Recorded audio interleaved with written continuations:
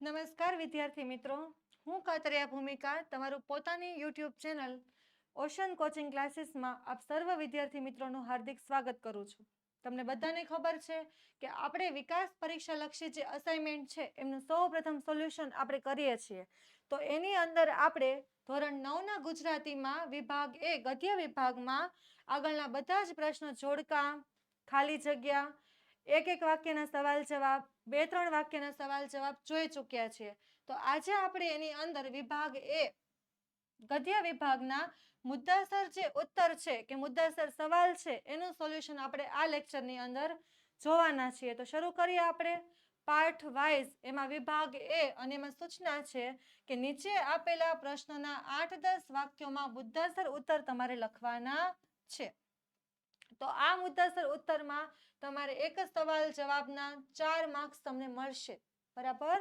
તો એ પ્રમાણે તમારે મુદ્દાસર ઉત્તર પણ વ્યવસ્થિત વિસ્તારપૂર્વક લખવો પડે. તો જોઈએ આપણે સૌથી પહેલો સવાલ એ આપણે જોવાના છે પાઠ 2. એટલે આપણો પાઠ 2 જે છે ચોરી અને પ્રાયશ્ચિત ગાંધીજી વાળો, એ પાઠના સૌથી પહેલા આપણે સવાલ જવાબ સોલ્વ કરવાના છીએ. તો જોઈએ, સૌથી પહેલા તો ગાંધીજીના અંતરમાં થતા મનોમંથનનું વર્ણન. પણ આ સવાલનો જવાબ આપતા પહેલા હું તમને થોડી ઘણી સ્પષ્ટતા આ પ્રશ્ન ઉપર કરી દઉં. જો શું છે કે આપણે જે આ મુદ્દાસર સવાલ જવાબ લખવાની જે રીત છે એ ખરેખર અલગ પેટર્નથી આપણે લખવો પડે. એની અંદર અમુક બાબતોનું તમારે ખાસ ધ્યાન રાખવું પડે. તો જ તમને આ આપણા લેખન વિભાગની અંદર અને આપણે ગુજરાતી ભાષાની અંદર તમે જોવો ને તો લખવાનું મહત્વ બહુ વધારે પડતું હોય. એની અંદર જોડણી, ભાષા અને બધી જ વસ્તુનો ઉલ્લેખ તમારે વ્યવસ્થિત રીતે કરવો પડે. તો લેખન વિભાગ તો ઠીક છે, પણ આજે તમે સવિસ્તર સવાલના જવાબ લખો છો ને એની અંદર તમારે અમુક બાબતો જે છે ને સ્પષ્ટપણે સમજી લેવી પડે. જેમાં તમારે સૌથી પહેલા તો તમારે પાઠની અંદર કર્તા, સૌથી પહેલા તો કૃતિ, એટલે કે આ પાઠ જો છે તો આ પાઠ ગાંધીજીના અંતર્મન એટલે કે પાઠ 2. તો તમને ખબર પડવી જોઈએ કે આ પાઠની કૃતિ શું હોય, તો ચોરી અને પ્રાયશ્ચિત પાઠ 2 એ તમને ખબર હોવી જોઈએ. પછી એના કર્તા તો ગાંધીજી, પછી એનો સાહિત્ય પ્રકાર તો આત્મકથા અંશ, અને પછી એનો સંદર્ભ ગ્રંથ તો એ છે સત્યના પ્રયોગો. એટલે કે સત્યના પ્રયોગો એમની જે આત્મકથા નામનું પુસ્તક છે એની અંદરથી લેવામાં આવેલું છે. એટલે આ 4 બાબત તો તમને સૌથી પહેલા અનુક્રમણિકામાંથી પરફેક્ટ તમને યાદ હોવી જોઈએ. એટલે કોઈ પણ સવાલના જવાબની સવિસ્તર સવાલના જવાબની શરૂઆત કરતા પહેલા આ 4 બાબતો યા તો ડાબી બાજુ પર, યા જમણી બાજુ પર, યા તો વચ્ચે તમારે પહેલા દર્શાવવાની રહે. એના પછી શું લખવાનું રહે, તો એના પછી તમારે સવાલનો જવાબ શરૂ કરતા પહેલા તમારે પ્રસ્તાવના દર્શાવવાની રહે. તો પ્રસ્તાવના તમારે વ્યવસ્થિત લખવી પડે. પ્રસ્તાવનામાં તમે શું લખી શકો, તો આ પાઠ હોય અથવા તો કોઈ પણ કાવ્ય પંક્તિ હોય તેના લેખક અથવા તેના કવિ વિશેનો તમે ટૂંકમાં પરિચય આપી શકો. જેની અંદર તમે લખી શકો એનું પૂરું નામ, પછી એનું ઉપનામ, એમના કોઈ પુસ્તકો તમને યાદ હોય તો, એમનું એજ્યુકેશન, એમની જોબ, અધ્યાપક તરીકે કામ કર્યું છે કે શું છે તે, પછી એમને મળેલા એવોર્ડ, એવું તમને કાંઈ પણ જો યાદ હોય તો તમે એનો ઉલ્લેખ આ પ્રસ્તાવનાની અંદર 2 થી 2.5 લીટી, એટલે હું 2.5 લીટી તમને અહીંયા કહું છું, એટલામાં તમારે એની પહેલા પ્રસ્તાવના પેરેગ્રાફ પાડી અને વ્યવસ્થિત વર્ણવવી પડે. એના પછી નેક્સ્ટ ભાગ, તો એના પછી બીજો ભાગ જે આવે છે એ છે તમારો મધ્ય ભાગ. એટલે કે આની અંદર તમારે જવાબ વ્યવસ્થિત લખવા પડે. મતલબ તમને જે સવાલ પૂછો, અહીંયા તમને શું પૂછ્યું કે અંતરમાં થતું મનોમંથન, તો આ સવાલનો જે જવાબ આવતો હોય તમારે મધ્ય ભાગની અંદર સંપૂર્ણ આખો વ્યવસ્થિત સવિસ્તાર એટલે કે લાંબો લખવાનો. કેમ કે તમારે આના માર્ક્સ ખાસ યાદ રાખવાના કે 4 માર્ક્સ કે 3 માર્ક્સમાં તમને સવિસ્તાર મુદ્દાસર પૂછાતા હોય, એટલે એ પ્રમાણે તમારો જવાબ હોવો જોઈએ. અમુક વખતે એવું બને કે નવનીતની અંદર કે એમાં જે છે આપણો સવાલનો જવાબ થોડોક ટૂંકો હોય, તો તમને એવું થતું હોય કે મેડમ પરીક્ષાની અંદર તો મેં નવનીતનો બેઠો જ જવાબ લખ્યો તો પણ મને કેમ પૂરા માર્ક્સ ન મળ્યા. તેનું રીઝન એ છે કે તમારો જવાબ જે છે તમારે માર્ક્સ કરતાં ટૂંકો હોય, એટલે તમારે લાંબો વ્યવસ્થિત વિસ્તારથી લખવાનો. ત્યાર પછી એનો અંતિમ પડાવ જે છે એ શું છે, તો સમાપન. એટલે કે તમને આ પાઠમાંથી શું શીખવા મળ્યું, અથવા તો સવાલના જવાબનો સાર શું છે, અથવા તો જો સમાપનમાં ખબર ન પડે તો તમારે જે છે ને બધા પાઠની શરૂઆતમાં લેખક પરિચય આપેલો હોય. લેખક પરિચયના 2 પેરેગ્રાફ હોય. એમાંથી એક પેરેગ્રાફ જે હોય ને એમાં કવિનો કે લેખકનો પરિચય હોય અને બીજો જે પેરેગ્રાફ હોય છે એની અંદર તમારે આ પાઠની અંદર શું ભણવાના છો, આ કાવ્યની અંદર શું ભણવાના છો, એનું મધ્યવર્તી કેન્દ્ર શું છે, એમાંથી શીખવા જેવું શું છે, એ બાબતોનો એની અંદર ઉલ્લેખ હોય તો એ તમારે જોઈ લેવાનું. તો એ તમે સમાપનની અંદર લખી શકો છો. પછી બીજું ખાસ ધ્યાન રાખવાનું, જોડણી તમારી સાચી હોવી જોઈએ. જો જોડણીની બહુ ભૂલ પડતી હોય એની ઉપર બહુ ગોલ રાઉન્ડ તમારે મેડમ પેપર ચેકમાં કરે તો પણ તમને પૂરા માર્ક્સ ન મળે. પછી તમારે છેકછાક કરવાની નથી આવા સવિસ્તર સવાલ જવાબની અંદર. પછી તમને કોઈ પણ પાઠને રિલેટેડ સારી પંક્તિઓ આવડતી હોય તો સારી પંક્તિઓ કે સારો વિચાર એ બધી વસ્તુનો ઉલ્લેખ તમે મધ્ય ભાગની અંદર કરી શકો છો. જો તમે આવી બધી બાબતોનું ધ્યાન રાખો તો તમારે આ સવિસ્તર સવાલ જવાબની અંદર પૂરા માર્ક્સ આવે. બરાબર. તો હવે આપણે શરૂ કરીએ. તો ગાંધીજીના અંતરમાં થતા મનોમંથનનું વર્ણન. આની અંદર મેં તમને પ્રસ્તાવના આપી નથી કેમ કે મારે એક જ પાઠના ઘણા બધા સવાલ જવાબ લેવાના થઈને બધાની અંદર સેમ જેવી પ્રસ્તાવના આવે એટલા માટે. આની અંદર મેં તમને જો કર્તાકૃતિ પ્રકાર જે છે એનો આખો ઉલ્લેખ કરીને આપ્યો છે અને મેં તમને જે મધ્ય ભાગ કીધો હતો એટલે કે એનો મૂળ જવાબ છે એ વસ્તુ દર્શાવી છે અને મોટા ભાગના સવાલના જવાબમાં સમાપન પણ 2 લીટી જેટલું મેં આપેલું છે. એટલે આની અંદર હજુ તમારે ઉપરની પ્રસ્તાવના જે છે એ તમારે પેરેગ્રાફ પાડી અને એડ કરવાની થાય તો તમારો સંપૂર્ણ સાચો સવિસ્તર સવાલનો જવાબ 4 માર્ક્સ જેટલો બને. તો એ તમારે જોઈ લેવાનું અને પ્રસ્તાવના શેમાંથી લેવી એ પણ મેં તમને કહી દીધું છે. તો જોઈએ તો ગાંધીજીના અંતરમાં થતા મનોમંથનનું વર્ણન. તો આપણે કૃતિનું નામ શું છે તો ચોર્ય અને પ્રાયશ્ચિત. કર્તા એટલે કે લેખકનું નામ શું છે તો ગાંધીજી.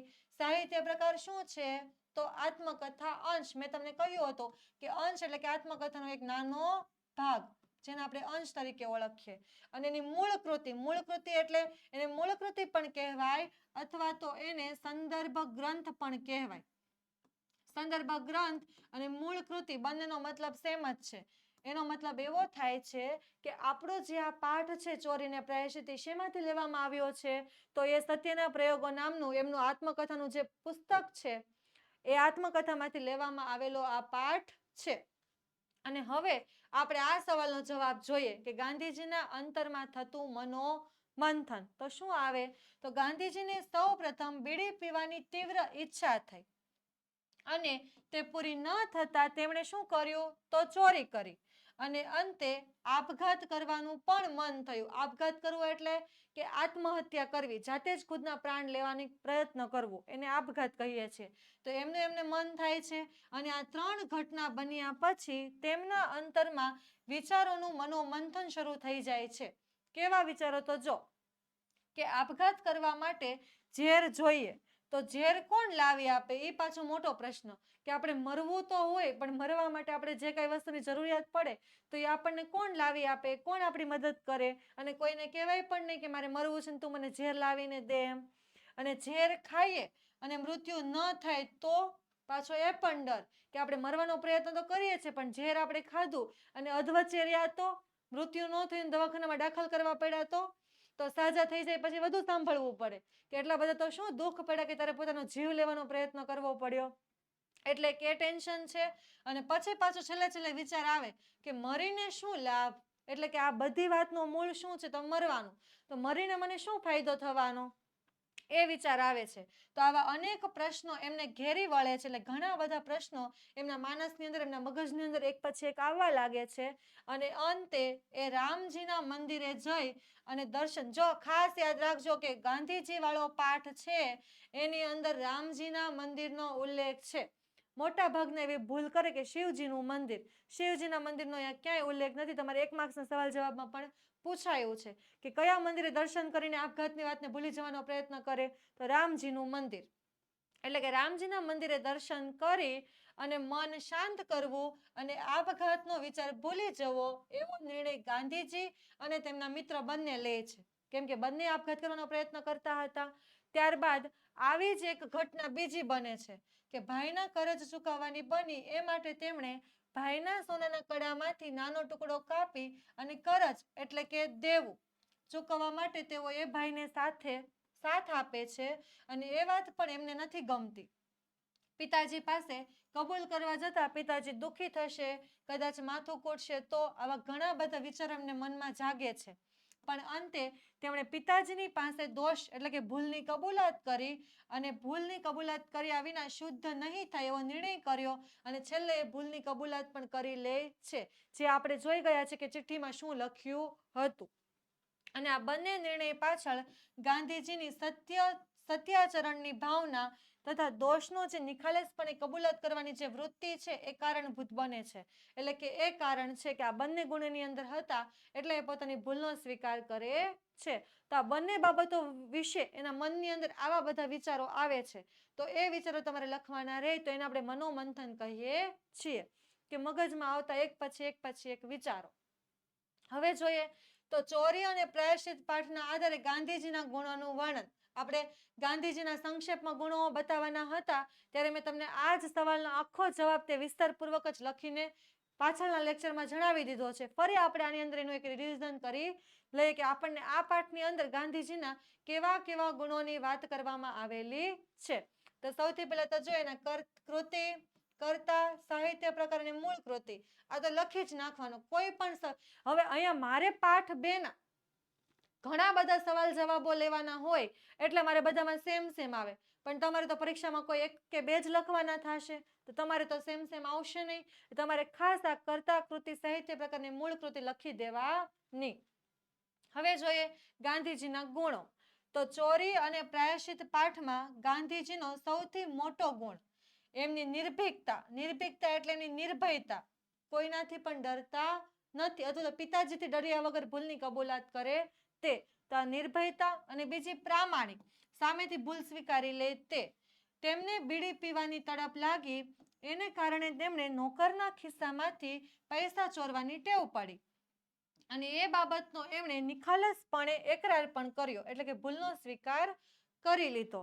અને એ વ્યસન છૂટતું નહોતું અને વડીલોની આજ્ઞા વગર કાંઈ જ થઈ શકે તેમ નહોતું. એના કારણે તેમને આપઘાત કરવાની ઈચ્છા થઈ. એમને શું લાગે કે આપણે આપણા મનમરજી પ્રમાણે કાંઈ જ ન કરી શકીએ, આપણે નાની મોટી બધી જ બાબતમાં વડીલો ઉપર આધાર રાખવાનો, એ આપણને હા પાડે તો જ આપણે કરવાનું. એટલે આ વડીલોની આજ્ઞાવાળી વાત એ છે. એટલે આ વડીલોની આજ્ઞાવાર કાંઈ થઈ ન શકે ને એના કારણે એને આપઘાત કરવાની ઈચ્છા થાય છે. પણ આપઘાત કરવો સહેલો નથી એની પ્રતીતિ થાય, એની એને ખબર પડે અને એ વિચાર પડતો મૂક્યો. તેમજ બીજો પ્રસંગ શું છે તો ભાઈનું દેવું ચૂકવવા સોનાના કડામાંથી એક ટુકડો કાપી અને દેવું ચૂકવવા ભાઈને સાથ આપે છે. આવી અનેક બાબતો એમના મનની અંદર ખટકતી હતી, એટલે એને ખૂંચતી હતી, જે કંઈ એમણે ભૂલો કરી છે તે. એ માટે તેમણે જોખમ ખેડીને પિતાજી પાસે દોષ કબૂલ કરવાનો ગાંધીજીએ નિર્ણય લીધો અને એ એમની પ્રાયશ્ચિત કરવાની ઈચ્છા દર્શાવે છે. આ પ્રસંગો ગાંધીજીનો સત્ય માટેનો આગ્રહ એટલે કે સત્ય પ્રેમી, પછી અહિંસાની ભાવના અને દોષનો નિખાલસપણે એકરાર એટલે કે કબૂલાત કરવાની નિર્ભયતા એટલે કે નિર્ભીકતા અને પ્રામાણિકતા સૂચવે છે. મેં તમને ગયા લેક્ચરમાં જ્યારે આપણે ગુણોનું વર્ણન કર્યું ત્યારે પણ કહ્યું હતું અને આજે ફરી કહું છું કે આ બંને પ્રસંગોનો તો ઉલ્લેખ તમારે કરવાનો, એ તો કરવાનો જ છે, કેમ કે સવિસ્તાર સવાલનો જવાબ છે.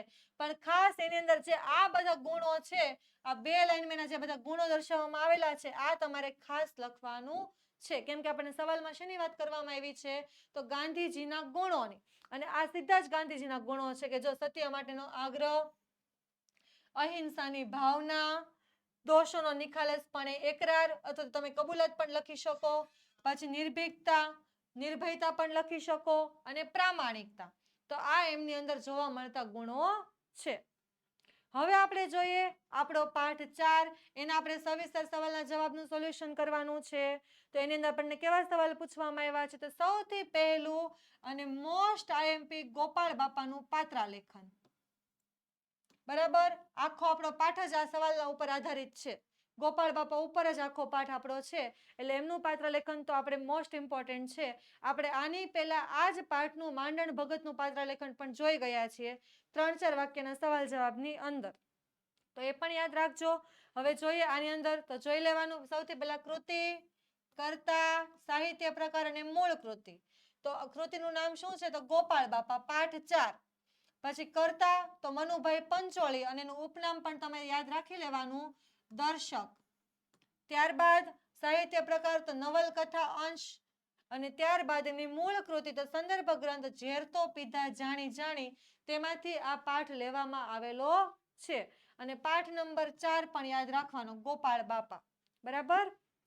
હવે જોઈએ એના પાત્ર લેખનની અંદર આપણે એનું જ વર્ણન કરવાનું થાય. તો ગોપાળ બાપા નિષ્ઠાવાન અને નીડર પુરુષ હતા. સયાજીરાવ ગાયકવાડ સાથે વાતચીત દરમિયાન એમની આ માન્યા રાખે, પણ પોતાના વિચારોને એ નીડરતાથી સયાજીરાવ પાસે રજૂ કરે. જો આ માન્યા રાખે એટલે શું કે એ સયાજીરાવ ગાયકવાડ જે છે એ રાજા સાથે વાત તો કરે, એટલે એની બધી વાતો એ માને, સૌ નકારી ન દે, રાજાને ઉતારી ન પાડે, એટલે એની બધી વાતો માને, પણ પોતાના જે વિચાર હોય, પોતે જે જે કઈ રાજાને કેવું હોય એ બધું પાછા કઈ પણ દે, એમાં પણ કોઈ જાતની શેર શરમ રાખે નહીં. એટલે તમે એને નીડર પણ કહી શકો. ગોપાળ બાપાએ સયાજીરાવને સૂચન કર્યું કે કોતરની જમીન પર શિંગોડાના મારને રોકી શકાય તો ત્યાં બનારસી લંગડો કેરી અને ગરીબો માટે અમર ફળ, એટલે કે કેરી અને કેરી જેવડા બોર ઢગલે ને ઢગલા ઉતારી પણ શકાય. એટલે જો શિંગોડા નદીનો માર ત્યાં રોકી શકીએ ને પાણીને કોઈ પણ કારણોસર આપણે અટકાવી શકીએ તો ત્યાં સારા એવા પાકનું વાવેતર પણ આપણે કરી શકીએ છીએ, એવું ગોપાળ બાપા સયાજીરાવને કહે છે. એના પછી આ સૂચનમાં એમનું ખેતી વિષયક જ્ઞાન, એટલે ખેતીનું એમની પાસે કેટલું નોલેજ હતું તે, અને ગરીબોનું ભલું કરવાની ભાવના, એટલે ગરીબ લોકોનો પણ એ વિચાર કરતા હતા તે દેખાય છે. અને તમારી પડખેના દીપડા ન રંજડે તોય ઘણું, એમ નિડરતાથી સયાજીરાવને તે કહી પણ શકે છે. જો તમારી પડખેના તમારી પાસેના, એટલે કે રાજાની કામ કરતા જે સૈનિકો અને અમલદારો હોય એ ઘણી બધી બાબતોમાં લોકોને હેરાન કરતા હોય, તો ગોપાળ બાપા જે છે મોઢા ઉપર જ કહી દે છે કે તમારી આજુબાજુના દીપડા લોકોને ન રંજાડે, ન હેરાન કરે તો પણ ઘણું. આ વાતે ડર્યા વગર રાજાને કહી દે છે. અને પૂજાનો બંદોબસ્ત કરવા સંબંધી સયાજીરાવના સૂચનનો પણ તેઓ વિનમ્રતાથી અસ્વીકાર કરે છે. ઘસીને ના પાડી દેતા નથી કે ભાઈ શિવાલયની પૂજા મારથી નહીં થાય હો, તમારે બીજાને કેવું હોય તો કહી દો, બાકી હું એવું કઈ કરીશ નહીં, એવું મોઢા ઉપર કહી નથી દેતા. પણ એ રાજાને પોતાના વિચારો સમજાવે છે કે હું શિવાલયની પૂજા કરવાની શું કામ ના પાડું છું, તો આપણે જેવા જીવતા જાગતા માણસને પણ જીવવા કે રહેવા માટે જગ્યા ન મળતી હોય, એમાં વળી પાછી પથ્થરની મૂર્તિઓને ક્યાં મૂકવી, એવો જવાબ આપી અને વિનમ્રતા સાથે એ અસ્વીકાર કરે છે, એટલે કે ના પાડી દે છે. તો ત્યાંય મૂર્તિને નામે સૌને આશરો મળે તેવું કરજો, એવા સયાજીરાવના સૂચનને એ સહજ વધાવે પણ છે. પછી રાજા એને કહે ને કે તમને ભાઈ લોકોની ચિંતા છે તો ત્યાં મૂર્તિના નામે, એટલે કે મંદિરના નામે આશ્રમ બંધાવી અને ત્યાં પણ લોકોને રહેવા ખાવા પીવાની સુવિધા થઈ જાય એવું કરજો. તો આ વિચાર જે છે એ પાછા ગોપાળ બાપા માની પણ લે છે. ગોપાળ બાપા મૈત્રી ધર્મ પણ સારી રીતે નિભાવી જાણે છે, કેમ કે એના મિત્રની પણ વાત કરેલી કે મારા મિત્રનું અવસાન થયું અને એના નાણા અને છોકરો એ મને સોંપીને ગયો છે, એટલે કે આપણે એનો મૈત્રી ભાવ પણ જોઈ શકીએ. અને એમાં ક્યાંય દિલચોરી નહીં અને ક્યાંય સ્વાર્થ વૃત્તિ પણ નહીં, ક્યાંય બેવફાઈ પણ નહીં, અને સાથે સાથે ગુરુ માંડણ ભગતની આજ્ઞાથી હરિનામનો જ વેપાર કરનાર ગોપાળ બાપા એક નિસ્વાર્થ પરોપકારી, બીજા ઉપર ઉપકાર કરનાર અને સાચા સમાજ સેવક તમને જોવા મળે છે.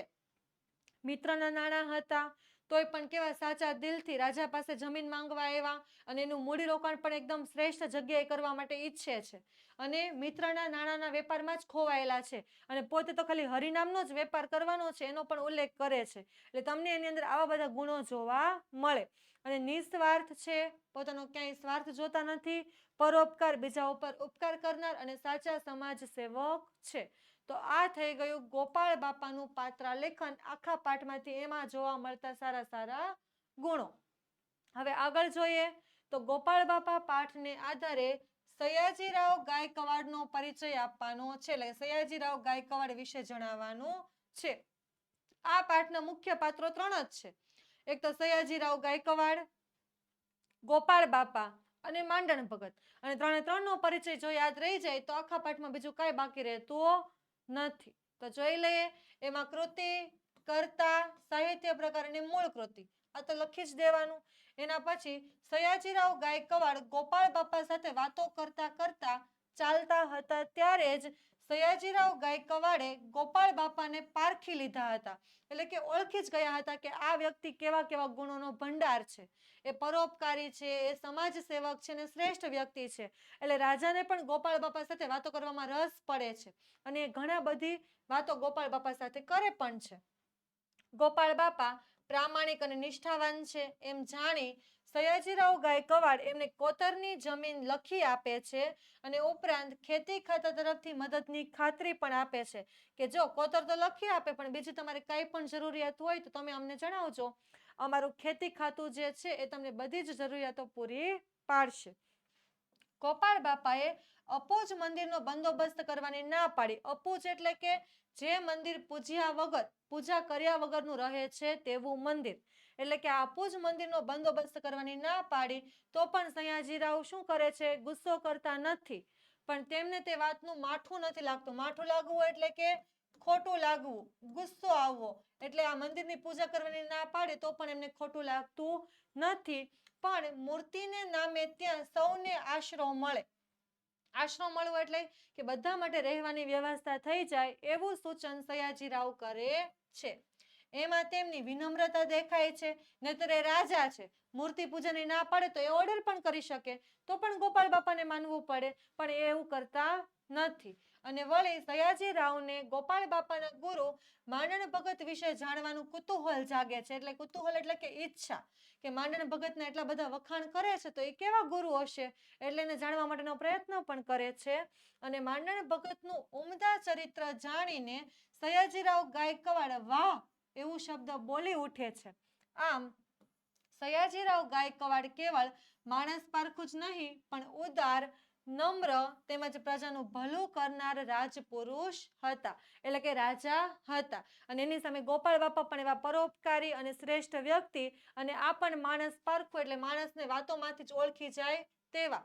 પણ ફક્ત માણસ પારખું નહીં પણ ઉદાર દિલના, નમ્ર અને પ્રજાનું ભલું ઈચ્છે એવા રાજા હતા.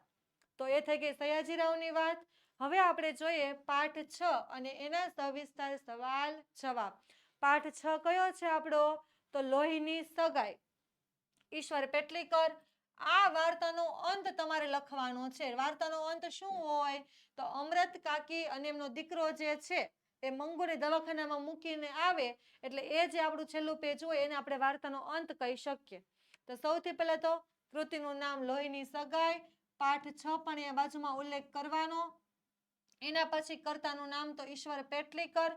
સાહિત્ય પ્રકાર નવલિકા પણ લખી શકો અથવા ટૂંકી વાર્તા પણ તમે લખી શકો. બંનેનો અર્થ એક જ થાય. એના પછી મૂળ કૃતિ શું છે? તો શ્રેષ્ઠ ગુજરાતી વાર્તાઓમાંથી છે. પણ શ્રેષ્ઠ ગુજરાતી વાર્તાઓમાં પણ એમનું જે લોહીની સગાઈ વાર્તા છે ને એમાંથી જ આ લેવામાં આવેલું છે. અને તમને પ્રસ્તાવનાની અંદર આવું કહેવામાં આવ્યું છે કે લોહીની સગાઈમાંથી લેવામાં આવેલું છે. એટલે કન્ફ્યુઝ થવાનું નથી. મૂળ કૃતિ તો આ જ રહેશે કે શ્રેષ્ઠ ગુજરાતી વાર્તાઓમાંથી. એ શ્રેષ્ઠ ગુજરાતી વાર્તાઓમાં લોહીની સગાઈ વાર્તા છે અને એમાંથી આપણો લોહીની સગાઈ નામનો પાઠ લેવામાં આવેલો છે. એટલે મૂળ કૃતિ કે સંદર્ભ ગ્રંથ તમારે આ જ રાખવાનો. 1 માર્ક્સમાં પણ તમને પૂછાય તો તમારે એ જ જવાબ લખવાનો. હવે જોઈએ આપણે વાર્તાનો અંત. તો અમૃત કાકીએ એકમાત્ર મંગુની દેખરેખમાં આખી જિંદગી વિતાવી હતી. એટલે કે 4 સંતાનોમાંથી જે ચોથું સંતાન મંગુ છે એની દેખરેખ એટલે કે એનું ધ્યાન રાખવામાં જ પોતાનું આખું જીવન જે છે, જિંદગી એટલે કે જીવન એ વિતાવી નાખ્યું હતું. અને એમના ગામની દીકરી એટલે કે કુસુમ, જે આપણને પાત્ર જોડકાની અંદર પૂછાયું હતું તે. તો એ પાત્ર કુસુમ અચાનક ગાંડી થઈ ગઈ પણ દવાખાનામાં સારવાર લીધા પછી સાજી પણ થઈ જાય છે. તો એ જાણ્યા પછી અમૃત કાકીએ પણ મંગુને દવાખાનાની અંદર મૂકવાનો નિર્ણય કર્યો. તમને બધાને ખબર છે કે શરૂઆતમાં તો અમૃત કાકી જે છે એ મંગુને દવાખાનાની અંદર મૂકવાની ના પાડે છે. પણ જ્યારે ગામની બીજી છોકરી આ કુસુમ અચાનક ગાંડી થઈ જાય અને દવાખાનામાં મૂકવાથી એ સાજી થઈ જાય એટલે અમૃત કાકીને પણ મંગુને દવાખાનામાં મૂકવાની ઈચ્છા થાય.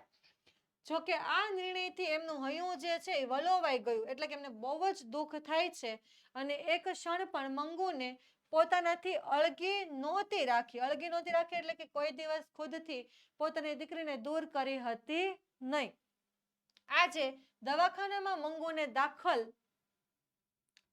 તો કરી, પણ તેઓ બેચેન હતા. એમને ક્યાંય ચેન પડતું હતું નહીં, એમને કાંઈ ગમતું હતું નહીં. ઘરમાં મંગુની પથારી સૂની સૂની લાગતી હતી અને આટલા વર્ષોથી મા સાથે સુવા ટેવાયેલી મંગુને ઊંઘ આવતી હશે કે નહીં, આવી હશે કે નહીં, તે વિચારથી તેઓ બહાવરા બની ગયા હતા. એમને ખુદને પણ મંગુ વગર ઊંઘ આવતી નહોતી અને એવું વિચારતા હતા કે મંગુને મારા વગર ઊંઘ આવતી હશે કે નહીં, એવા વિચારો કરતા હતા. એટલે એમણે ખાટલાની ઈસ પર કપાળ કૂટ્યું અને મા થઈને તેઓ દીકરીને દવાખાનામાં ધકેલી આવ્યા. આ વિચારો જ તેમનાથી ડૂસકું ભરાઈ ગયું, એટલે કે અવાજ કાઢીને રડાઈ ગયું કે હું મા થઈ અને તો પણ મારી દીકરીની સગી થઈ શકી નહીં અને એને દવાખાનામાં ધકેલીને આવી ગઈ. અમરત કાકીની દીકરીના વિયોગની જે વેદના, વિયોગની એટલે કે દીકરીથી જુદા થવાની જે વેદના જે છે, એટલે કે પીડા જે છે, એ વેદના કેવી હતી તો અસહ્ય થઈ પડી. અસહ્ય એટલે કે એમનાથી સહન થઈ નહીં, સહન ન થાય તેવી. ત્યાં અચાનક વહેલી પરોઢે એટલે કે વહેલી સવારે ઘંટીના અને વલોણાના, છાશ વલોવા માટે, દહીં વલોવા માટે જે આપણે વલોણું ગામડે વાપરીએ છીએ, તે વલોણાના મધુર અવાજમાં ગામ આખાને વીંધી નાખે, એટલે કે વલોણાનું અને ઘંટીનો અવાજ ન સંભળાય અને એના કરતાં જોરથી અવાજ સંભળાય એવી ચીસ પાડીને ધાજો રે ધાજો, એટલે કે દોડજો રે દોડજો, મારી મંગુને મારી નાખે રે, એવી ચીસની સાથે જ અમરત કાકી પણ ગાંડા થઈ ગયા.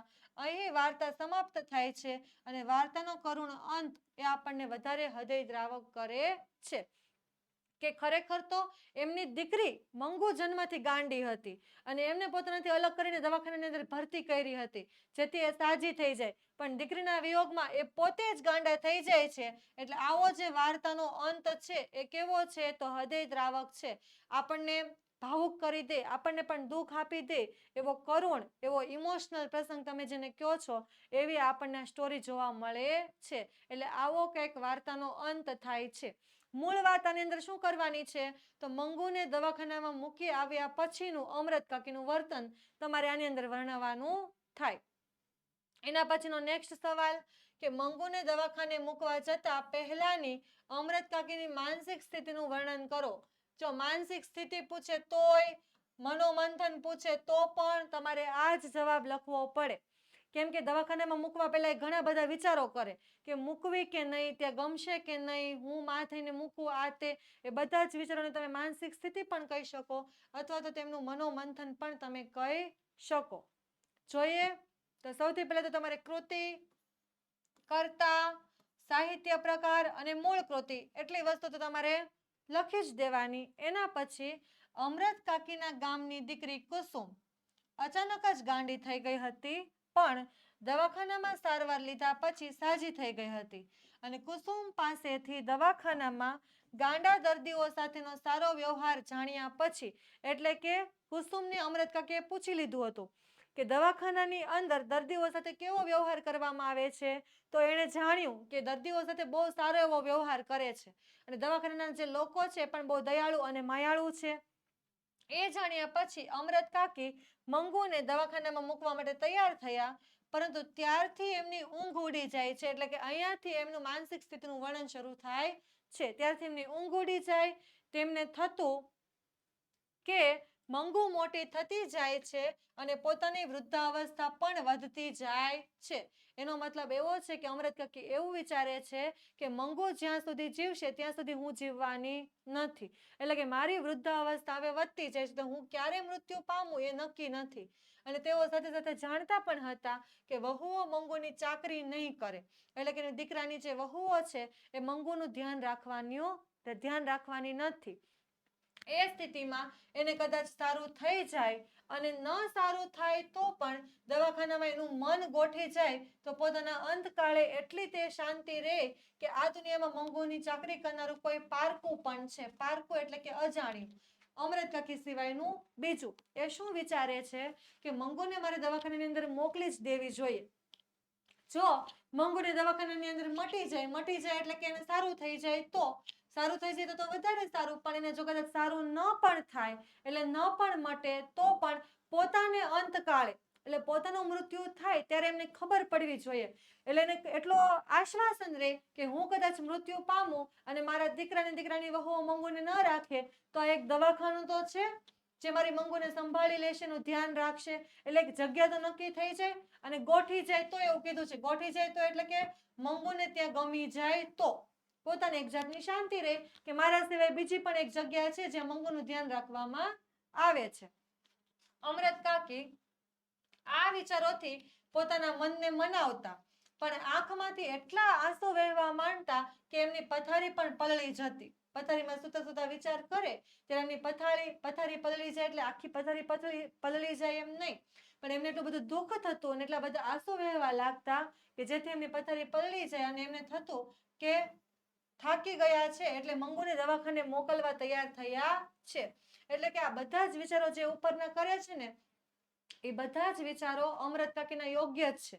કેમ કે મંગુ તો હજી આપણને પાઠની અંદર બતાવી છે કે 12 થી 14 વર્ષની છોકરી છે અને અમરત કાકી પોતે 4 સંતાનોની માતા એટલે વૃદ્ધ થઈ ગયા છે, એટલે એ તો કઈ આજીવન મંગુની સેવા તો કરવાના નથી અને દીકરાની વહુ એમને કોઈ દિવસ બોલાવતી નથી, એટલે પોતે મરે ત્યારે મંગુને દવાખાનામાં મૂકવા માટે એ તૈયાર થાય છે કે છેલ્લે તેનું કોઈ ધ્યાન રાખવા વાળું વધે, પણ તો પણ પાછો કેવો વિચાર આવે કે પોતે જાણે મંગુથી થાકી ગયા હોય ને એટલે દવાખાને ધકેલી મૂકી દેતા હોય ને એવું એમને લાગે. અને દીકરાને પત્ર લખીને બોલાવવાની મોટી ભૂલ કરી, એટલે તો મારે શું ઉતાવળ હતી કે શિયાળની ઠંડીમાં એને દવાખાનામાં ધકેલવી મારે પડે. મારે એટલી બધી શી ઉતાવળ હતી કે મારે શિયાળાની ઠંડીમાં એને દવાખાનામાં ધકેલવી પડે, એટલે એવું વિચારતા હતા કે જો મેં દીકરાને પત્ર ન લખ્યો હોત તો હું મંગુને અત્યારે શિયાળાની અંદર મૂકવા જાત નહીં, તો હું વાટ જોત કે ઉનાળાની ઋતુમાં આવત અને ત્યારે ગરમીનું વાતાવરણ હોય ત્યારે હું મંગુને દવાખાનાની અંદર મૂકત.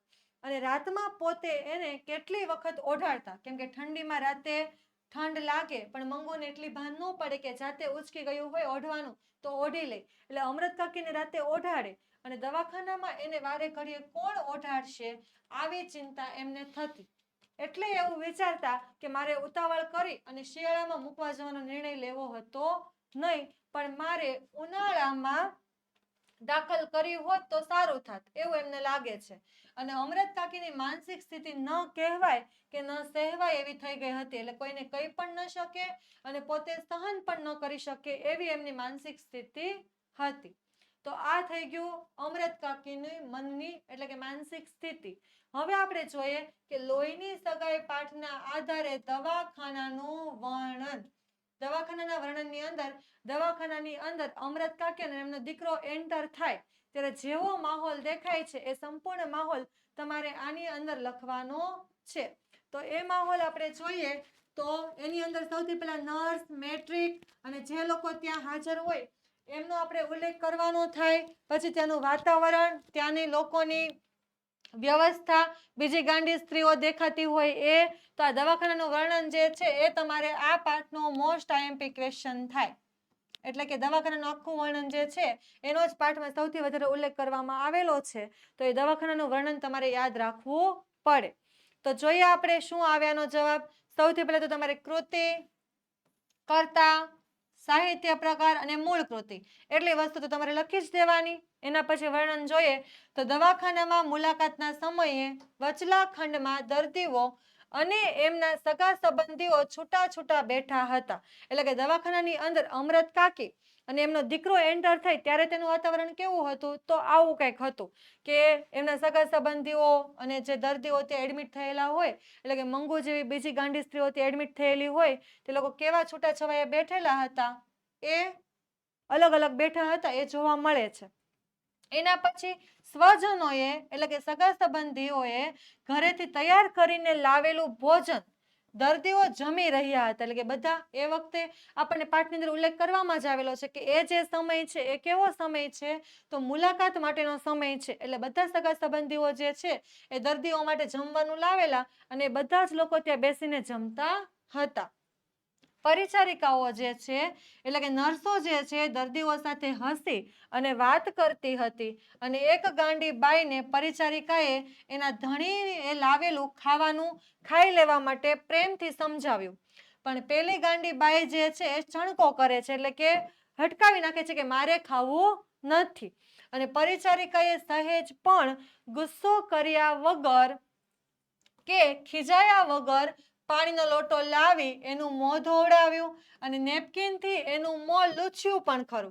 તમને બધાને યાદ છે કે સ્ત્રી છણકો કરીને શું કહે છે કે હજી મેં મોઢું પણ ધોયું નથી એટલે મારે કાંઈ ખાવું નથી. જો કે આપણને જોતા લાગતું હતું કે એને મોઢું ધોયેલું હતું, તો પણ આ નર્સ જે છે સહેજ પણ એને ખીજાતી નથી અને ફરીવાર લોટો લાવી એનું મોં ધોવરાવે અને નેપકિનથી લૂછાવે પણ ખરી. અને અમરત કાકીએ પરિચારિકાને મંગુ વિશે કેટલીય ભલામણો કરી છતાંય તેણે ધીરજ રાખી અને બધા સૂચનોનો સંતોષકારક જવાબ પણ આપ્યો. પણ અમરત કાકીથી કંટાળી પણ જતી નથી. અને અમરત કાકીને દર્દીઓના ખંડમાં જઈ અને જોવાની ઈચ્છા હતી, પણ દવાખાનાના કાયદા પ્રમાણે પરિચારિકા અમરત કાકીને અંદર જવાની ના પાડે છે. અને મંગુને પરિચારિકાના હાથમાં સોંપતા અમરત કાકી છૂટા મોંએ રડી પડે છે. ત્યારે તેના ડોક્ટર, મેટ્રોન અને પરિચારિકાઓના હૈયા ભરાઈ આવે છે. પણ તરત જ પરિચારિકા જે છે, નર્સ જે છે, એ પોતાના હાથમાંનો રૂમાલ ફરકાવી આમ રૂમાલ ઉડાડી અને મંગુને બોલાવે છે. અને મંગુ જેવી રૂમાલ લેવા માટે લલચાય છે કે મંગુ એની નજીક આવતા જ એનો હાથ પકડી અને હળવેકથી અંદર લઈ જાય છે. જેવી નર્સ આમાં રૂમાલ ફરકાવતી હોય અને જેવી મંગુ એની નજીક આવે એટલે તમને ખબર છે પાઠની અંદર એવો પણ ઉલ્લેખ કર્યો છે કે હું તને સારું સારું જમવાનું આપીશ, સારા સારા કપડાઓ આપીશ, આવું કઈ અને જેવી મંગુ રૂમાલ પકડવા આવે એટલે નર્સ તેને સમજાવી અને અંદર લઈ જાય છે, હળવેકથી એને અંદર લઈ જાય છે. એટલે આવું જે આખું છે તમને દવાખાનાનું વર્ણન એટલે કે દવાખાનું તમને જોવા મળે છે. આમાં અમુક વાક્યો જે છે ટૂંકમાં લખેલા છે, પણ તમને પાઠના આધારે યાદ હોય તો તમે દવાખાના વિશે લખી શકો છો, કેમ કે આ મુદ્દાસર સવાલ જવાબ છે. તમે જેટલો લાંબો લખશો એટલું સારું પડશે. ઓકે, એના પછી આપણે જોઈએ કે અમરત કાકીનું સમગ્ર માતૃત્વ જે છે એ મંગુ પર અભિષેક કરતું હતું. સમજાવો એટલે કે એનું બધું જ માતૃત્વ મંગુ ઉપર અભિષેક થતું હતું.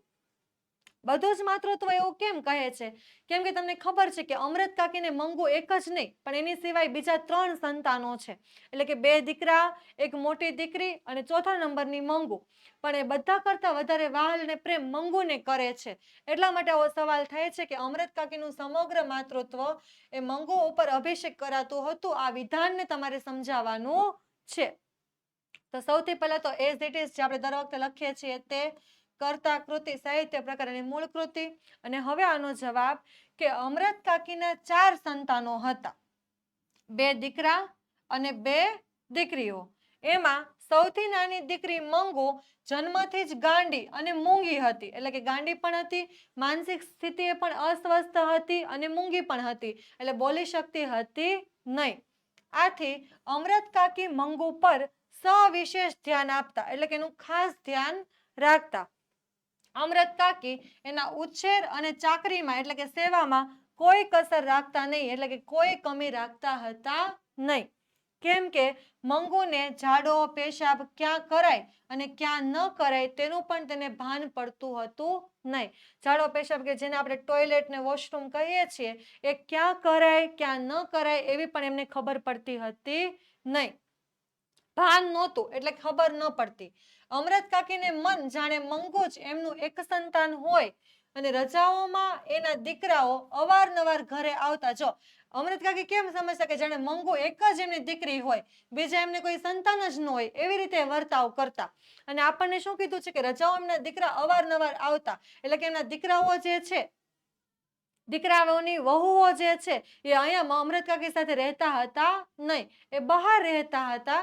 એટલા માટે રજાઓમાં જ્યારે જ્યારે આવે ત્યારે અમરત કાકીનું ઘર જે છે એ પૌત્ર અને પૌત્રીઓના ખિલખિલાટથી ગુંજી ઉઠતું. પૌત્ર અને પૌત્રીઓ કોણ? તો દીકરાના દીકરાઓ અને દીકરીઓ. એનાથી ઘર એમનું ગુંજી ઉઠતું. પણ અમરત કાકીને એ જોઈને આનંદ થતો નહીં, એટલે કે એ પૌત્ર પૌત્રીઓને જોઈને ખુશ થતા નહીં. તેઓ ભાગ્યે જ એમને તેડતા. એટલે ક્યારેક જ એવું બને કે એના દીકરાના દીકરાને ને દીકરીઓને એ તેડે, રમાડે કે પછી લાડ લડાવે. અમરત કાકીની વહુઓની ફરિયાદ હતી કે તેમને દીકરાના બાળકો ડીઠા ગમતા નથી. ડીઠા એટલે કે જોવા પણ ગમતા નથી. આવું એ કહે છે. કોણ કહે છે? તેમના દીકરાની જે પત્નીઓ છે તે. એ શું કહે કે તમારી માતાને એટલે કે અમરત કાકીને આપણા છોકરાઓ જોવા પણ ગમતા નથી. એ એક ગાંડા હીરાને જ છાતીએથી અળગો કરી શકતા નથી. ગાંડો હીરો એટલે કોની વાત કરવામાં આવેલી છે? તો મંગુની. એ લોકો શું કહે છે કે મંગુ જે છે એના ઉપર જ બધો વહાલ પ્રેમ કરે છે, એને પોતાનાથી દૂર કરી શકતા નથી. અને મંગુને ખોટા લાડ લડાવીને તે જ વધારે ગાંડી કરી મૂકી છે. આવું કેટલુંય એમની દીકરીએ પણ સંભળાવી દીધું હતું. અને આ હકીકત દર્શાવે છે કે અમરત કાકીનું સમગ્ર માતૃત્વ મંગુ ઉપર અભિષેક થતું હતું. અભિષેક કરવો એટલે એની ઉપર ચડાવી દેવું, એની ઉપર રેડી દેવું. અહીંયા કોની વાત કરવામાં આવી? તો માતૃત્વની, એટલે કે માતૃ પ્રેમની. તો અમરત કાકી પોતાનો બધો જ પ્રેમ મંગુ ઉપર અભિષેક કરી દે, એના ઉપર ચડાવી દેતા હતા. એ તમને આ બધી બાબતો જોઈ અને એ વાત સ્પષ્ટ થાય છે કે એના સંતાનોની ફરિયાદ છે, એમની દીકરીની ફરિયાદ છે, એમની દીકરાની વહુની ફરિયાદ છે કે બધું બધા કરતા વધારે લાડ ને પ્રેમ જે છે કોને કરે છે?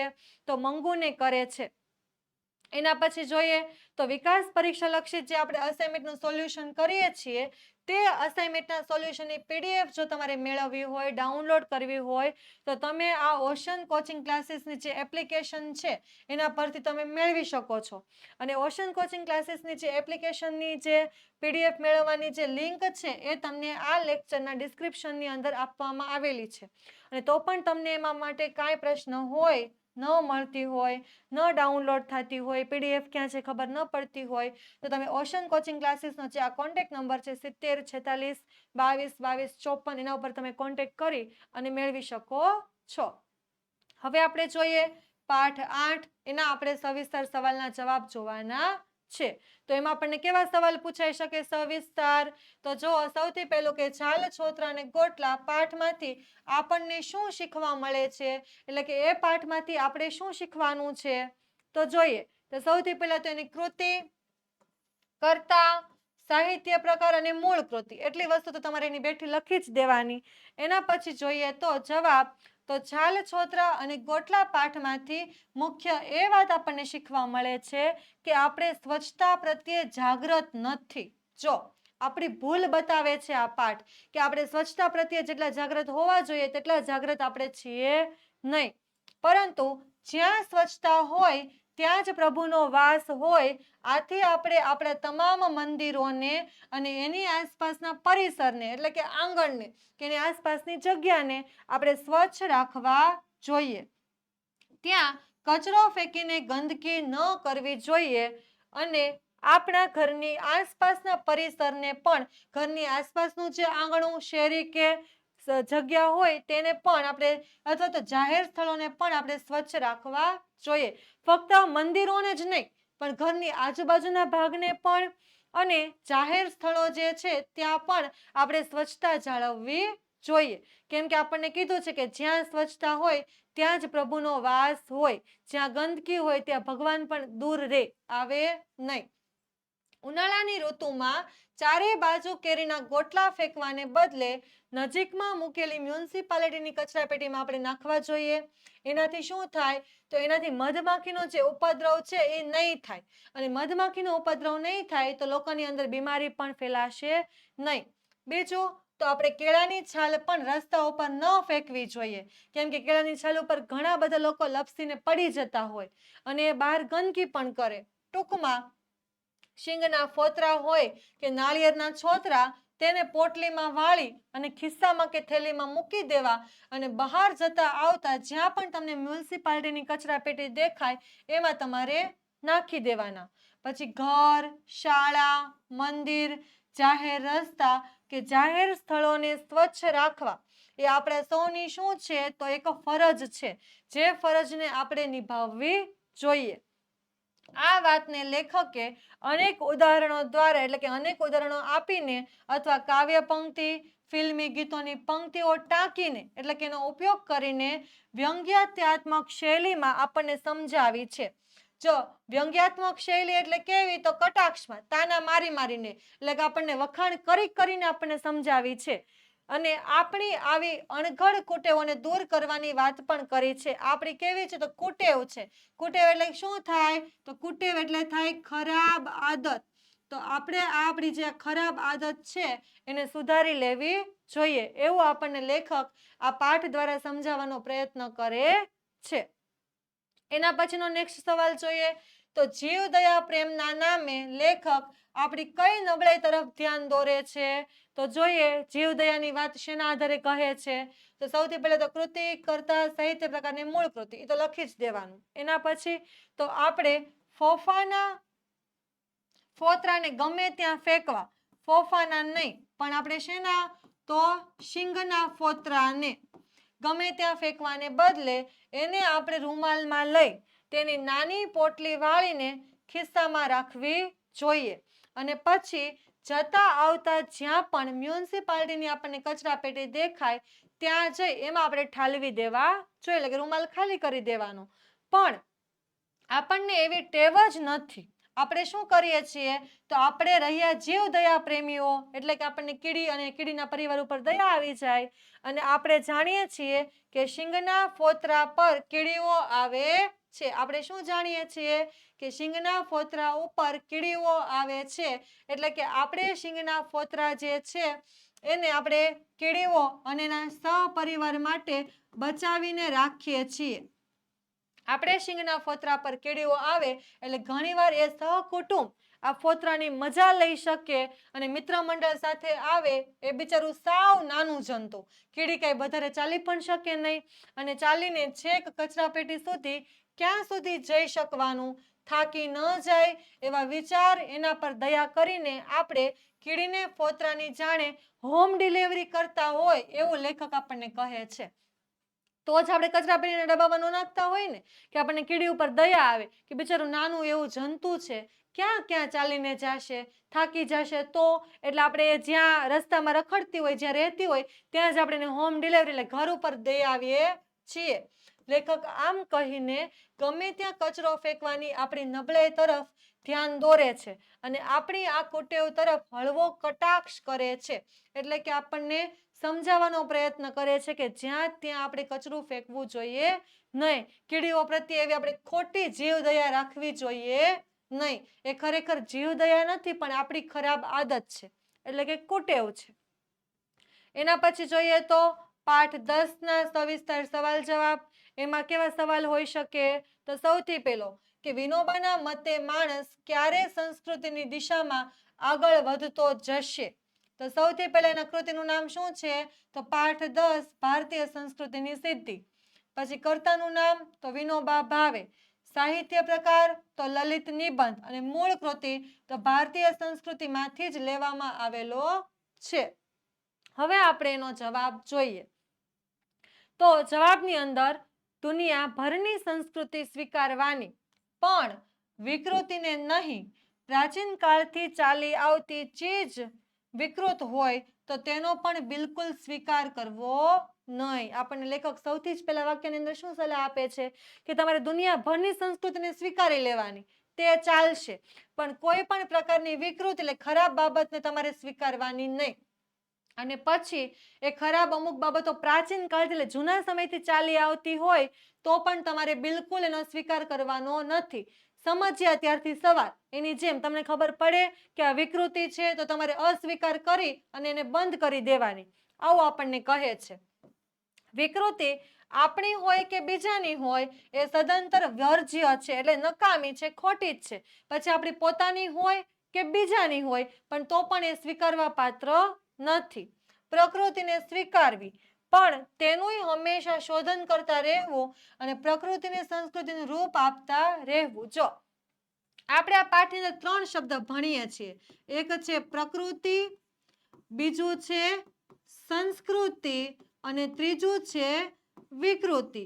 આમાંથી લેખક આપણને આ વિકૃતિનો સ્વીકાર કરવાની સતત ના પાડે છે અને સંસ્કૃતિને સ્વીકારવાની કહે છે. કોઈ પણ દેશની હોય તો સ્વીકારી લેવાની. પછી પ્રકૃતિને પણ સ્વીકારવાની હા પાડે, પણ પ્રકૃતિને હંમેશા સંસ્કૃતિની અંદર ફેરવવાનો પ્રયાસ કરતું રહેવાનું. એટલે સંસ્કૃતિ જેવું રૂપ આપતું રહેવાનું, તો તમારે પ્રકૃતિને સ્વીકારવાની, નહીંતર પ્રકૃતિને પણ સ્વીકારી લેવાની નહીં. પણ વિકૃતિને તો તમારે સહેજ પણ સ્વીકારવાની નહીં.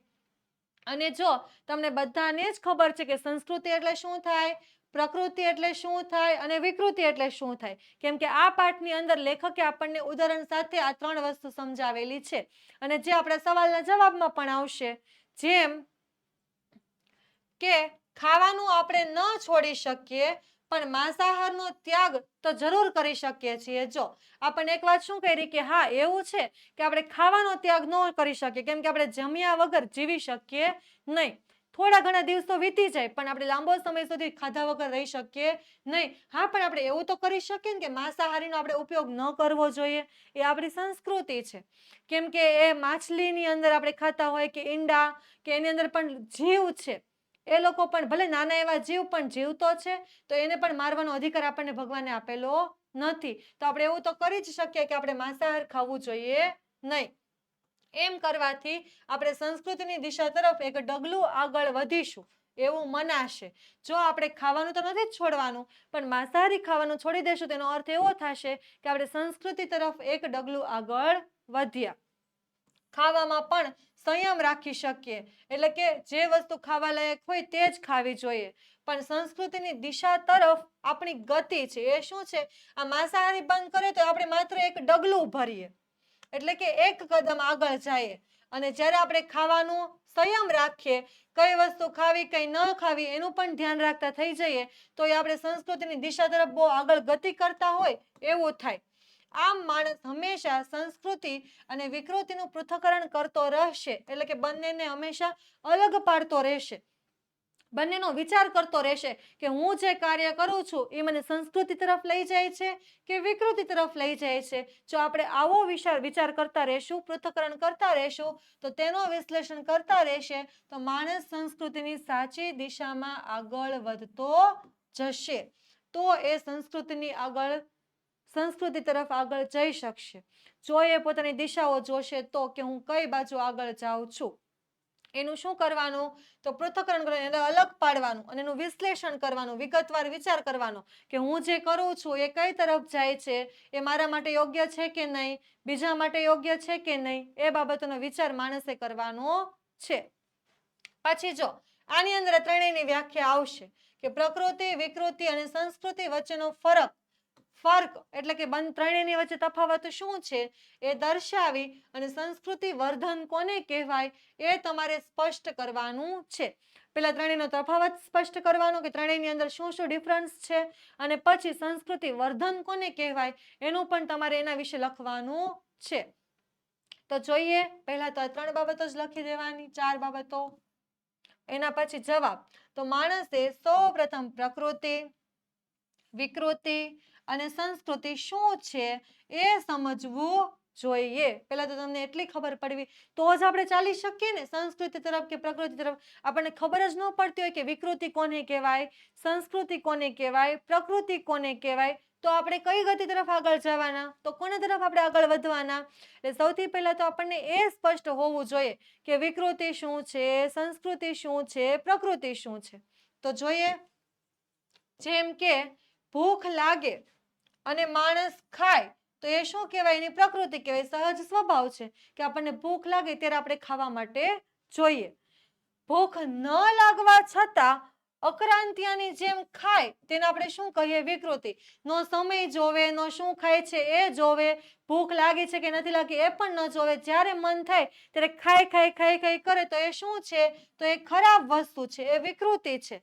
અને ભૂખ લાગી હોય પણ એકાદશીને કારણે ભગવત સ્મરણ કરે, એટલે ભગવાનને યાદ કરે અને એક દિવસ અન્નનો ત્યાગ કરે, એટલે કે આજે મારે એકાદશી છે, ભગવાનને ભજવાના છે, એના માટે એકાદશીનું વ્રત કરવાનું છે એમ માની અને અન્નનો ત્યાગ કરે, એટલે કે એક દિવસ એ ખાય નહીં, તો એને આપણે શું કહીએ છીએ, તો એને આપણે સંસ્કૃતિ કહીએ છીએ. જો ત્રણેયની વ્યાખ્યા બહુ સરળ રીતે સ્પષ્ટ કરી કે ભાઈ સામાન્ય રીતે માણસને જ્યારે જ્યારે ભૂખ લાગે ત્યારે એને ખાવા માટે જોઈએ. તે સહેજે સ્વભાવે એનો સ્વભાવ જ છે, તો એની પ્રકૃતિ છે. પણ અમુકને કેવી ટેવ હોય, ભૂખ લાગે ન લાગે, શું ખાવાનું શું નહીં ખાવાનું એવું કાંઈ જોવે નહીં, આડા અવળું ખાધા જ કરે, ખાધા જ કરે, ખાધા જ કરે. તો એ શું છે?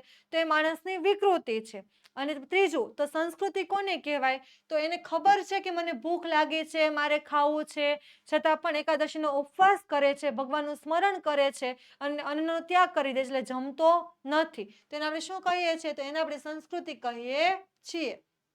એ જ રીતે મહેમાન કરીને ખાય તે પ્રકૃતિ, એ જ રીતે મહેનત કરીને ખાય એટલે કે પરિશ્રમ કરીને ખાય તો એ પ્રકૃતિ છે.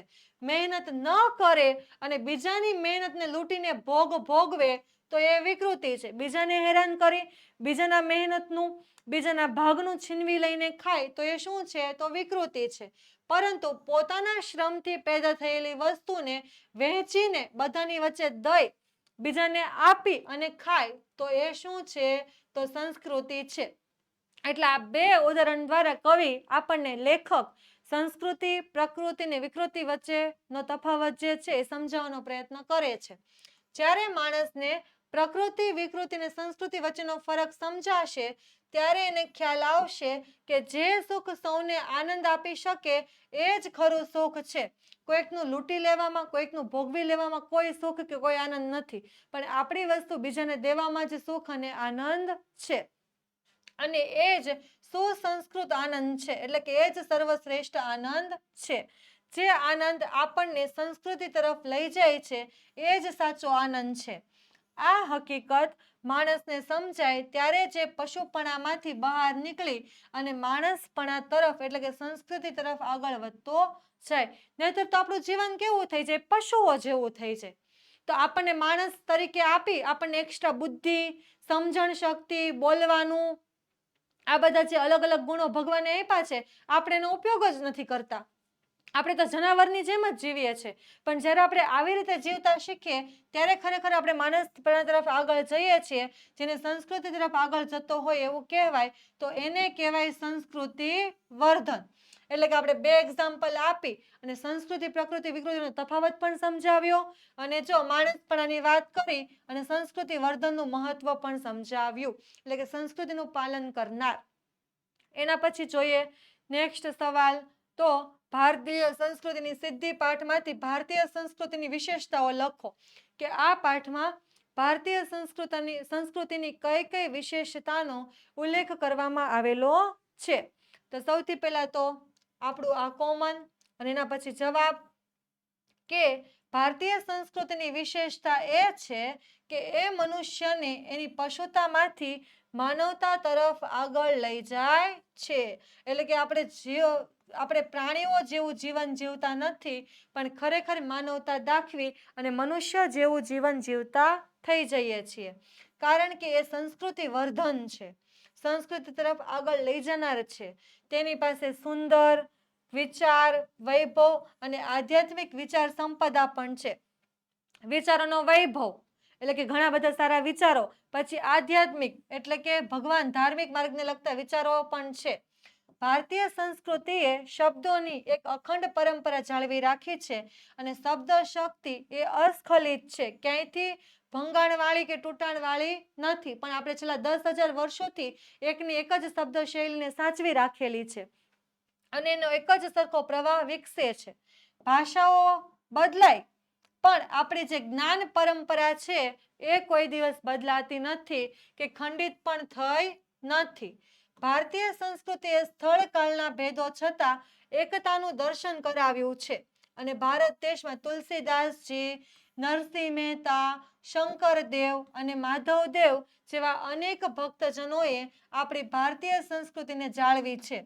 જે સંસ્કૃતિ વિભિન્ન ભાષાઓ અને અપાર વિવિધતાવાળા ભારત દેશને એક માને છે એવી આપણી સંસ્કૃતિ છે અને એ જ આપણી ભારતીય સંસ્કૃતિની સિદ્ધિ અને ખાસ કરીને આપણી વિશેષતા છે. આપણે કહીએ ને કે ભારત દેશ વિવિધતામાં એકતા, અનેકતામાં એકતા જેવો છે, તો એ આપણને આની અંદર જોવા મળે છે.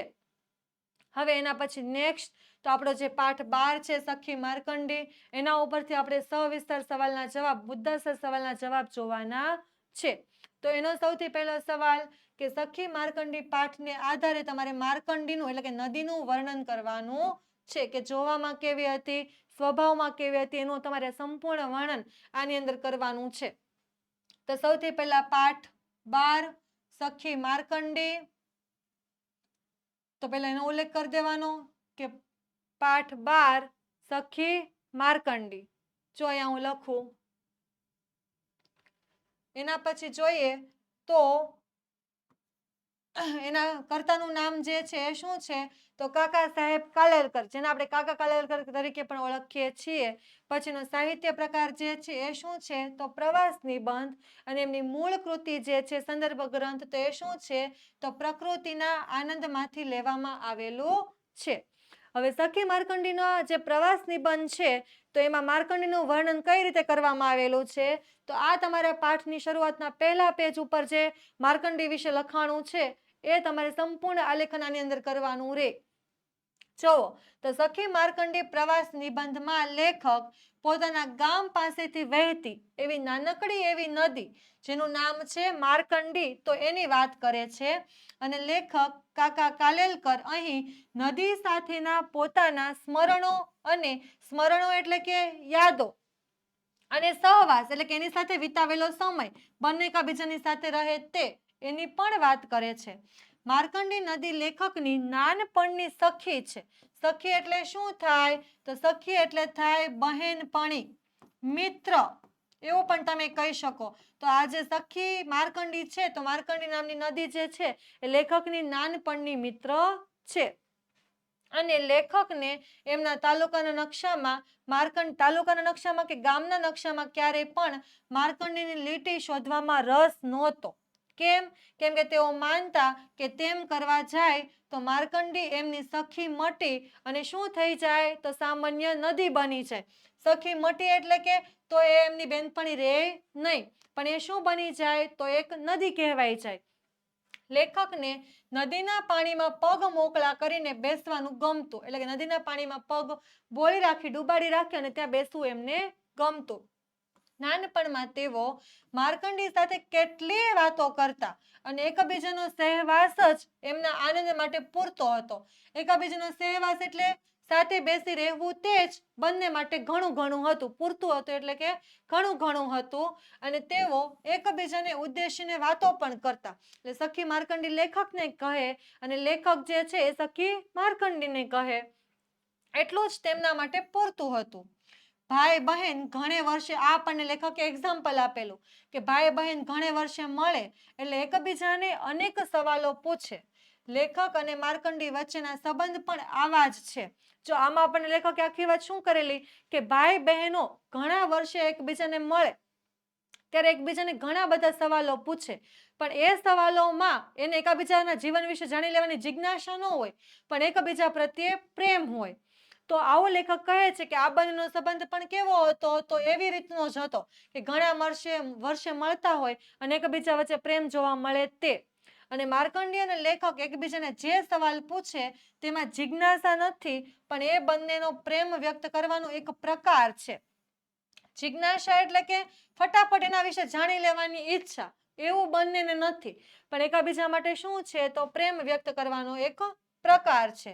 અને એ માટે જ એમણે પ્રશ્ન શું પૂછ્યો અને એનો ઉત્તર પણ એમને શું મળ્યો એ વાતનું કોઈ દિવસ મહત્વ રહેતું નથી કે શું પ્રશ્ન પૂછવામાં આવ્યો કે એનો શું જવાબ આપ્યો, એવું કાંઈ મહત્વ કોઈ દિવસ રહેતું નથી. લેખક કહે છે કે માર્કંડી સાથે વિતાવેલો દિવસોનું સ્મરણ જ એમને માટે પૂરતું છે. એટલે કે એમની સાથે જે સમય એમણે પસાર કર્યો છે એમની યાદો જ એના માટે કાફી છે, ઘણી બધી છે. બીજું એમને કાંઈ એની સાથે લેવા દેવા રહેતા નથી, એવો આની અંદર ઉલ્લેખ કરવામાં આવ્યો છે. તો આવી લેખકની બહેનપણી માર્કંડીની વાત આપણા પાઠની અંદર કરવામાં આવેલી છે. બીજાના ઉપરથી સવાલ બને કે તમારે માર્કંડેય ઋષિની કથા તમારા શબ્દમાં આલેખવાની છે, એટલે કે વર્ણવવાની છે કે માર્કંડી નદીનું નામ જે ઋષિના નામ પરથી પડેલું, અને તમને એવું પણ કહેવામાં આવેલું કે આ ઋષિનું જે આખ્યાન છે કે એનું વ્યાખ્યાન પણ કહી શકો, અને એ જ લેખક નદીને સંભળાવતા હતા. તો એની સ્ટોરી તમારે આની અંદર કહેવાની છે, બરાબર. તો જુઓ, માર્કંડેય ઋષિને સંતાન ન હતું, એમને કોઈ પણ સંતાન હતું નહીં, દીકરો કે દીકરી કાંઈ જ નહીં. એટલે એમણે તપશ્ચર્યા કરીને મહાદેવને પ્રસન્ન કર્યા, એટલે કે એમને ખુશ કર્યા. અને મહાદેવે વરદાન તો આપ્યું, પણ એમાં એમને વિકલ્પ મૂક્યો. વિકલ્પ એટલે કે બે ઓપ્શન આપ્યા. મહાદેવ એમને વરદાન તો આપે છે સંતાનનું, પણ એમને બે ઓપ્શન આપે છે માર્કંડેય ઋષિને. શું ઓપ્શન આપે? તો ક્યાં તો તમારે માર્કંડેય ઋષિને કહે છે કે કાં તો ઋષિ તમને 16 વર્ષ સુધી જીવનાર સદગુણી બાળક પસંદ કરે, અથવા તો 100 વર્ષ જીવનાર મૂર્ખ બાળક પસંદ કરે. મૂર્ખની જગ્યાએ તમારે પાઠની અંદર મૂઢ એવો શબ્દ વાપરેલો છે, યુઝ કરેલો છે, જેનો અર્થ થાય કે મૂર્ખ બાળક. એટલે મહાદેવ એને કેવા ઓપ્શન આપે? કાં તો તમારે સદગુણી એટલે કે સારા સંસ્કાર વાળું બાળક જોઈએ તો એ ફક્ત 16 જ વર્ષ જીવશે. અને તમારે જો મૂર્ખ અવગુણ ભરેલું બાળક જોતું હોય તો એ પૂરેપૂરા 100 વર્ષ સુધી જીવશે. તો મૃકુંડ ઋષિ જે છે, અહીંયા માર્કંડેય ઋષિ નહીં આવે, મૃકુંડ ઋષિ આવશે. બરાબર, મૃકુંડ ઋષિ. માર્કંડેય તેમના સંતાનનું નામ છે, એટલે મૃકુંડ ઋષિને સંતાન નહોતું. અને મૃકુંડ ઋષિ વિમાસણામાં પડી ગયા, વિચારમાં પડી ગયા કે હું શું કરું? જો સારું સદગુણી બાળક માંગુ તો ખાલી 16 જ વર્ષમાં એ મૃત્યુ પામી જાય અને પાછો હું સંતાન વગરનો થઈ જાઉં. અને 100 વર્ષ જીવે એવું બાળક માંગુ તો એ મૂર્ખ બાળક હોય, તેને 100 વર્ષ જીવાડીને હું શું કરું? એટલે એ વિમાસણામાં પડી જાય, વિચારમાં પડી જાય. અને ત્યારે તેમણે તેમના ધર્મપત્નીને સલાહ લીધી, એમના પત્ની પાસેથી સલાહ માંગી કે આપણે કેવું બાળક માંગવું જોઈએ. ધર્મપત્નીએ કહ્યું કે સદગુણી બાળક ભલે ખાલી 16 જ વર્ષ જીવે, પણ એ જ કુલોદ્ધાર હશે. કુલોદ્ધાર એટલે કેવો? તો કુળનો ઉદ્ધાર કરે તેવો.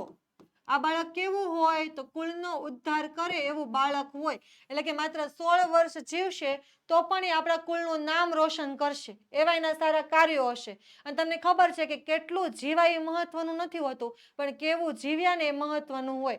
એટલે ભલે ને ખાલી 16 વર્ષ જીવે, પણ એવું નામ કમાઈને જાય કે આપણે એને ઘણા વર્ષો સુધી યાદ કરી શકીએ. એટલે એમના પત્ની એને એવી સલાહ આપે છે કે જો ભલે 16 જ વર્ષ જીવે, પણ એ બાળક કેવું હોય?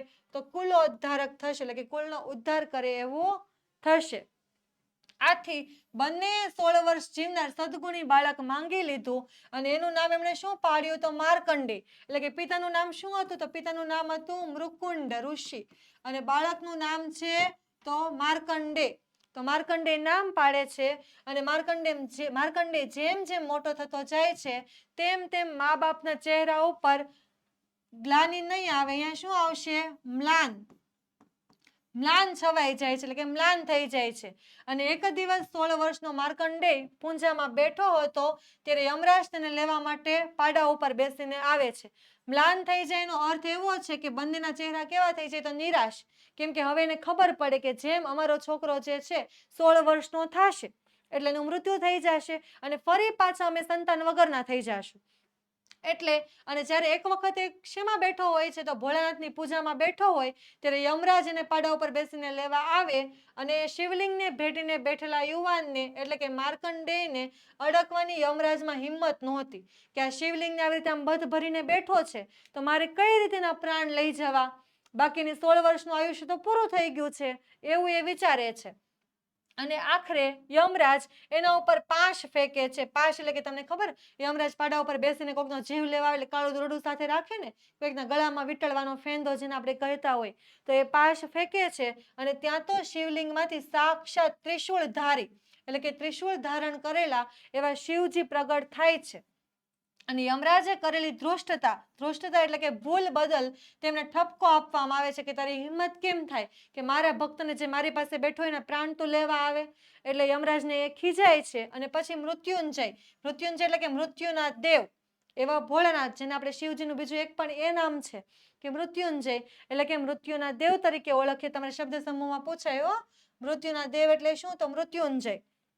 એવા મહાદેવના દર્શન થતા માર્કંડેયના મનમાં બીક ન રહી, એટલે કે એનો ડર જતો રહે છે અને એને જીવનદાન મળે છે.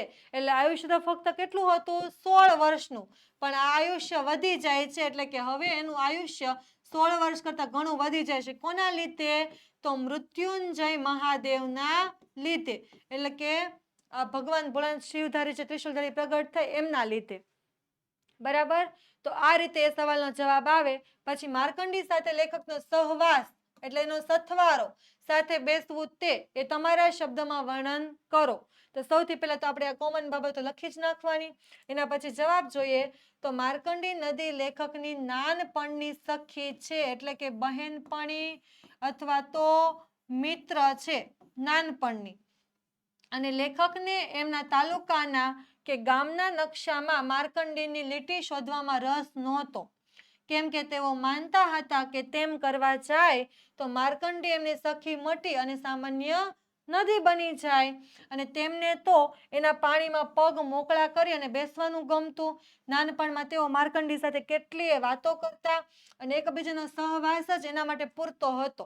એકબીજાની સાથે બેસી રહેવું જ એના માટે ઘણું હતું. આ માર્કંડી નદીનું વર્ણન એવું ને એવો સેમ જ સવાલ થાય, કેમ કે માર્કંડીનું વર્ણન અથવા તો લેખક સાથેનો સહવાસ બંનેનો અર્થ સેમ જ થાય છે. એની સાથે વિતાવેલો સમય એ જ માર્કંડીનું વર્ણન આની અંદર છે. બીજું માર્કંડીના વર્ણનની અંદર એ નાની એવી નાનકડી ગામની પાસેથી પસાર થતી નદી. જો આપણને વર્ણનની અંદર શું કહેવામાં આવ્યું છે, તો વર્ણનની અંદર બે જ બાબતનો ઉલ્લેખ છે. તો એક ગામ પાસેથી પસાર થતી નાનકડી, ઉભા રહેજો, નાનકડીની જગ્યાએ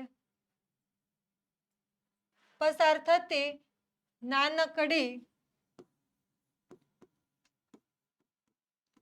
નદી. અને બીજું શું કીધું છે આપણને, બીજી કઈ વાતનો ઉલ્લેખ કરવામાં આવ્યો છે, તમને આવડતી તો કોમેન્ટ બોક્સની અંદર જણાવો કે બીજી કઈ વાતનો ઉલ્લેખ કરવામાં આવ્યો છે.